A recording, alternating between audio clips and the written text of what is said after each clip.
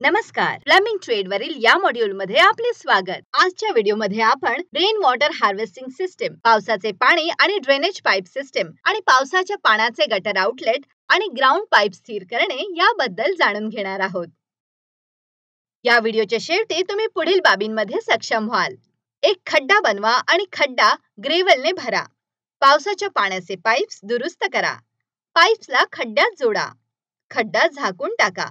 Metal शॉप्सच्या टोकावरील पावसाच्या पाण्याचे गटर दुरुस्त करा। पीव्हीसी पाईप गटरला जोडा। पाईपच्या शेवटी पाईप शू एकत्र करा। रेखाचित्रानुसार चिन्हे मेजर करा आणि पाईप फिक्स करा। पाईप आणि फिटिंग्स जोडा। जॉइंट्स तपासा। हे करण्यासाठी आवश्यक साधने, उपकरणे आणि यंत्रसामग्री गोळा करूया। एक ट्रॉवेल, एक स्पेड, एक पिक ॲक्स, एक मोटर पॅन, एक हॅकसॉ, एक हातोडा, एक स्ट्रेट एज, एक मेजरिंग टेप, एक शिजेल, एक प्लॅम बॉम्ब, एक रॉल किंवा जंपर, एक कॉकिंग टूल, एक स्पिरिट लेवल, एक ब्लो लॅम्प, एक वॉटर ट्यूब लेवल, एक स्क्रूड्रायव्हर, विटा गरजेनुसार, वाळू गरजेनुसार, दगडी खडी गरजेनुसार, सिमेंट गरजेनुसार, पाईप गरजेनुसार, फिटिंग गरजेनुसार, आरसीसी कव्हर किंवा ग्रेटिंग, ड्रिलिंग मशीन गरजेनुसार, मॅक्स अँड पिट गरजेनुसार, पीव्हीसी पाईप 6 इंच गरजेनुसार, पाईप शू पीव्हीसी गरजेनुसार, स्वान नेक पाईप गरजेनुसार, ऑफसेट पाईप गरजेनुसार, मेटल शीट गरजेनुसार, गटर गरजेनुसार, ब्रॅकेट गरजेनुसार, सॉल्व्हेंट सिमेंट गरजेनुसार, वेंट कॉल गरजेनुसार, डोर क्रॉस वाय गरजेनुसार, थ्रेड सील मटेरियल गरजेनुसार, हेम्प यार्न गरजेनुसार, लीड गरजेनुसार, डोर बेंड गरजेनुसार, डोर टी गरजेनुसार, प्लेन बेंड गरजेनुसार, प्लेन टी गरजेनुसार, कॉलर गरजेनुसार, पीव्हीसी बेंड गरजेनुसार। आपण रेन वॉटर हार्वेस्टिंग मध्ये कोणत्या पायऱ्या आहेत ते पाहूया। पाणलोट जागा निश्चित करा आणि ती जागा स्वच्छ करा। ज्या ठिकाणी थेट पाऊस पडतो ती पाणलोट जागा होय। ते प्रणालीसाठी पाणी गोळा करते। पावसाचे पाणी गोळा करण्यासाठी मालमत्तेवर स्वच्छ जागा निवडा। लेआउट निश्चित करा। टाकी आणि पाईपलाईनचे लेआउट आणि स्थान अशा प्रकारे निर्धारित केले जाते की संग्रह पृष्ठभागांचा जास्तीत जास्त वापर करणे। अनेक पर्याय आहेत, पण मुख्य म्हणजे स्प्रेड आउट टँक पर्याय आणि क्लस्टर टँक पर्याय। स्टोरेज सेट करा। इमारतीच्या छतावरून साचलेले पावसाचे पाणी साठवण टाकीत वळवले जाते। पाण्याची गरज, पाऊस आणि पाणलोट उपलब्धता यानुसार साठवण टाकीची रचना करावी लागते। प्रत्येक ड्रेन पाईप आणि संकलन प्रणालीमध्ये हे समाविष्ट करणे आवश्यक आहे। माउथवर एक मेश फिल्टर आणि पहिला फ्लश याला रूफ वॉशर देखील म्हणतात, डिव्हाइस जे पाण्याचा पहिला प्रवाह टाकीपासून दूर वळवेल। स्टोरेज टाकीला जोडण्यापूर्वी गाळाची प्रक्रिया किंवा पद्धती। स्टॉर्म वॉटर फ्लो प्रतिबंध करण्यासाठी एक एअर गॅप करा। प्रत्येक टाकीत जास्तीच्या पाण्याकरिता ओव्हरफ्लो सिस्टीम असावे। अतिरिक्त पाणी रिचार्ज सिस्टीम मध्ये वळवले जाऊ शकते। पाईप आणि टाक्या इन्स्टॉल करणे। पाईप टाकण्यासाठी अधिकाऱ्यांकडून आवश्यक परवानगी घ्या। खंदन खणणे ते जमिनीखाली घालणे।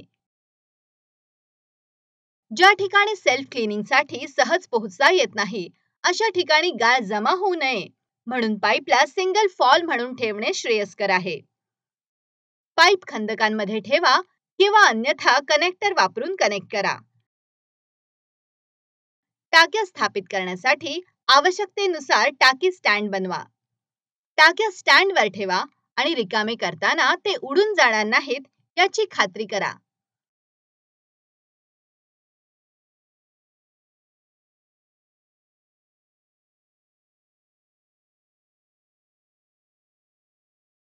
सर्वात दूषित पावसाचे पाणी तुमच्या पावसाच्या पाण्याच्या टाकीतून बाहेर ठेवण्यासाठी प्रथम फ्लश ड्रायव्हर्स इन्स्टॉल करा. जर टाक्या डबक्यात असतील तर त्याला ओव्हरफ्लो व्यवस्था ड्रेनेजची आवश्यकता असेल. जेव्हा ओव्हरफ्लो कमी होईल तेव्हा पंप भरतील.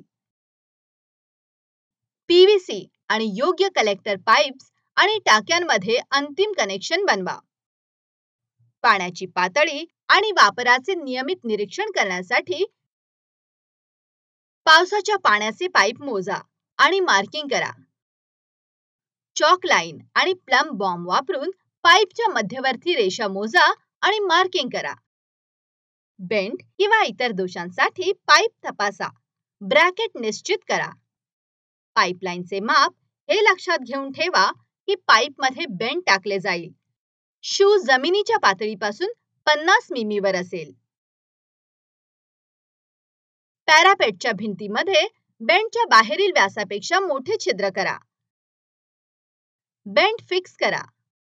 बेंडच्या तळापासून पाईप्समध्ये जॉईन करा. ब्रॅकेट सैलपणे फिक्स करा. पाईप आणि ब्रॅकेटमध्ये शू फिक्स करा. प्लम बॉब वापरून पाईपची उभी चाचणी करा. पावसाच्या पाण्याचे पाईप ड्रेनेज पाईपलाईनला जोडा. गळतीसाठी त्याची चाचणी घ्या. ड्रेनेज पाईप सिस्टीमचे फिक्सिंग करणे. भिंतीवर पाईप वर्क इन्स्टॉलेशनची मध्यवर्ती ओळ मोजा आणि चिन्हांकित करा. वाय बेंड प्रमाणे सर्व फिटिंग्सची स्थिती चिन्हांकित करा. दृश्यमान दोषांसाठी पाईप आणि फिटिंग तपासा. सॉकेटमध्ये ऍक्सेस करणाऱ्या लांबीने फिटिंगला जोडणारे पाईपचे काम मोजा. भिंती किंवा संरचनेत स्टँडर्ड अंतराने ब्रॅकेट फिक्स करा. पाईप आणि फिटिंग्स पाईप्सच्या कामाच्या मध्यभागी असलेल्या रचनेत निश्चित केलेल्या ब्रॅकेटच्या मदतीने तात्पुरत्या स्थितीत ठेवा. प्रत्येक पाईप सॉकेटमध्ये पूर्णपणे प्रविष्ट केल्याची खात्री करा.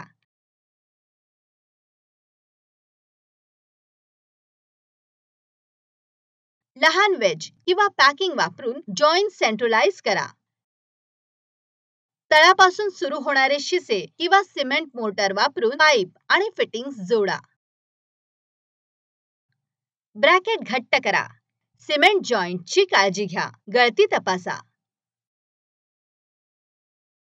पावसाच्या पाण्याचे गटर आउटलेट आणि ग्राउंड पाईप दुरुस्त करा.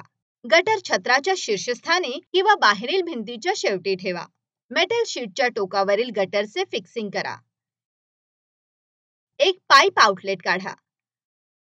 पावसाच्या पाण्याच्या पाईपची मध्यवर्ती रेषा मोजा आणि चिन्हांकित करा. गटर आउटलेटमध्ये पावसाच्या पाण्याच्या पाईपला जोडा.